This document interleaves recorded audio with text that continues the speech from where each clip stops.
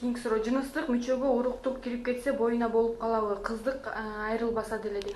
Ооба, бул абдан жакшы суроо. Анткени менин практикамда ушундай случайлар болгон.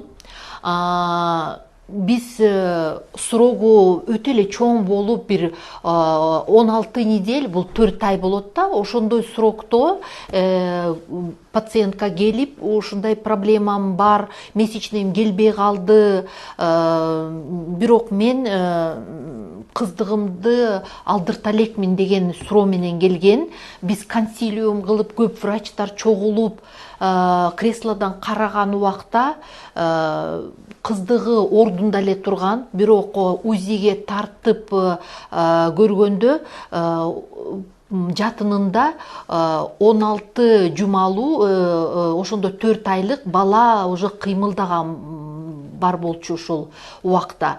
Мен ошо жаш келиндерге айтат элем, турмушка чыга элек келиндерге, азыр ошо жыныстык катышуу болгондо алар ойлошот, что наружный половой орган деп коебуз да, ошол жака уруктук түшкөндө алар ойлойт, что боюна бүтүшүп калбайт деп ойлошот. Бирок бул туура эмес.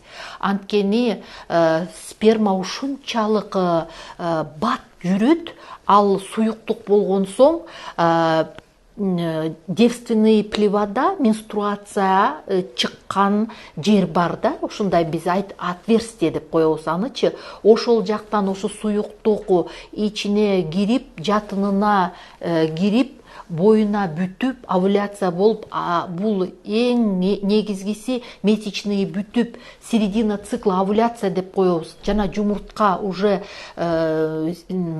созревать деп, оплодотворенияга даяр болуп калган мезгил болот да, ошол убакта особенно сактаныш керек. Келиндер боюнда болбогону пландаштырбаган келиндер ушундай кылыш керек. Анткени бул деген непланированный беременность деген жакшы эмес ситуацияга алып келиши ыктымал.